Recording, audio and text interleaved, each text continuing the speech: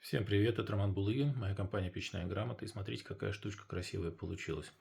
То есть, вот это вот камин, а, каминная топка, да, соответственно, вот с такой медной трубой она подключена к кирпичной печи. Здесь была старая печь, мы ее снесли и построили новую, такую с намеком на старую. Вот. Камин, еще раз, смотрите какой. И новая печь. Но новая печь чисто функциональная вещь.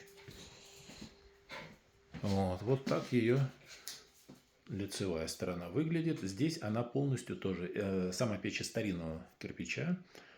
Здесь сама печь будет, тоже вот эта вот лицевая часть будет отделываться изразцами, поэтому она оставлена сейчас в таком виде. Да. Вот такой интересный комплекс получился, да, еще раз необычный.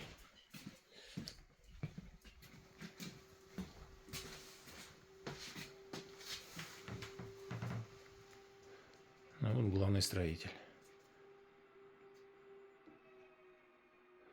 Вот так, то есть камин соединяется с трубой, соединяется трубой с кирпичной печью.